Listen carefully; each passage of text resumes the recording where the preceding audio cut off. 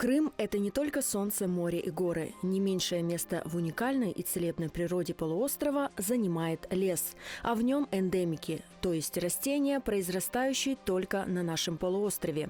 И, конечно, растения, занесенные в Красную книгу, а значит, это редкие и исчезающие виды, охраняемые государством. В целях охраны и учета редких и находящихся под угрозой исчезновения растений, животных и других организмов учреждаются Красная книга Российской Федерации и Красные книги субъектов Российской Федерации. Запрещается деятельность, ведущая к сокращению численности этих растений, животных и других организмов и ухудшающая среду их обитания.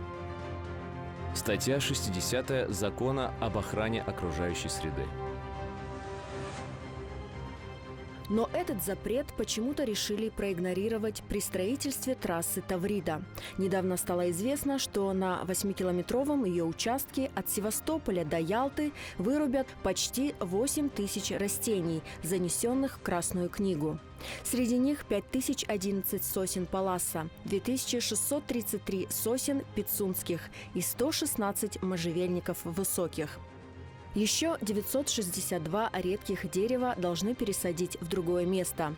Вырубкой будет заниматься Севастопольский лесхоз, который получит за эту работу почти 40 миллионов рублей. Контракт на выполнение работ уже опубликован на сайте Единой информационной системы в сфере закупок.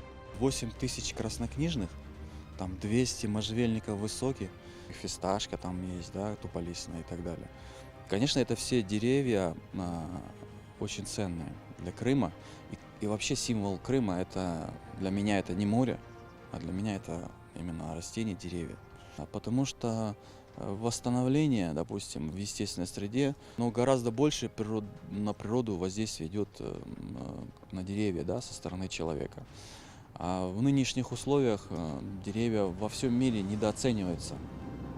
Оно и пылезащитное мероприятие выполняет. Допустим, в нынешние времена пандемии, когда человек испытывает легочные проблемы,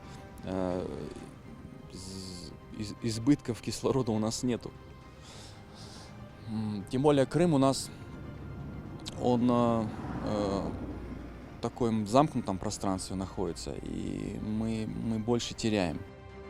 Согласно документам, подрядчик обязуется высадить взамен вырубленным деревьям двукратное количество других деревьев и в других местах. Но, как стало известно, высаживать лесополосы вдоль новой трассы не планируют. А ведь район от Севастополя до Ялты очень проблемный. Здесь много таких участков, где идет эрозия, размыв почвы и происходят оползни. Экологи не сомневаются, вырубка такого огромного количества деревьев негативно отразится на экосистеме южного берега Крыма, а уничтожение краснокнижных растений может стать невосполнимой потерей.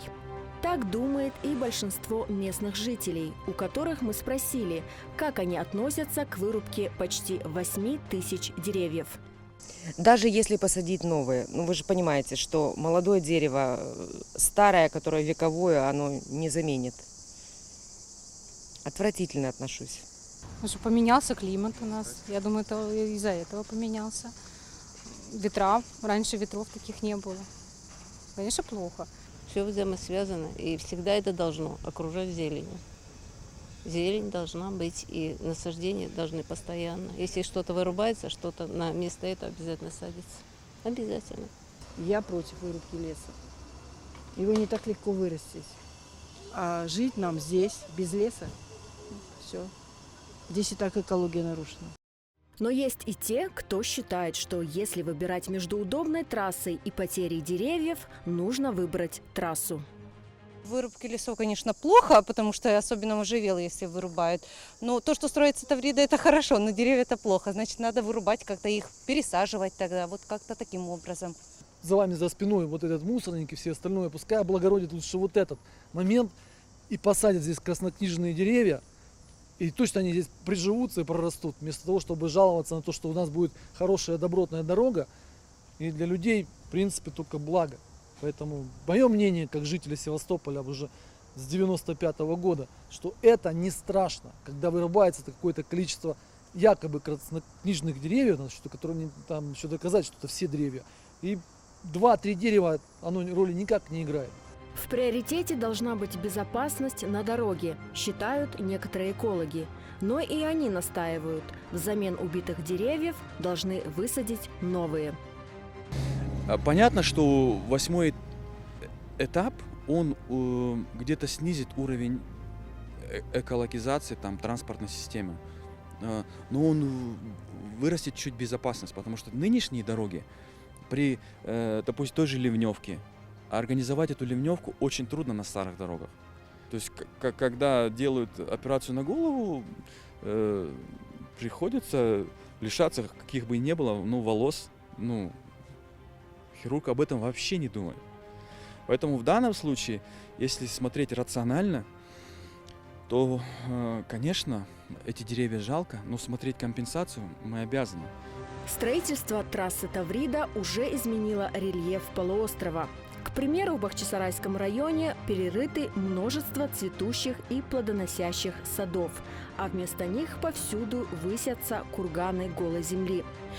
Сердце и гордость Крыма, Южный берег, пока оставался нетронутым. Но топор лесника, асфальт и пыль новой стройки уже грозят и ему.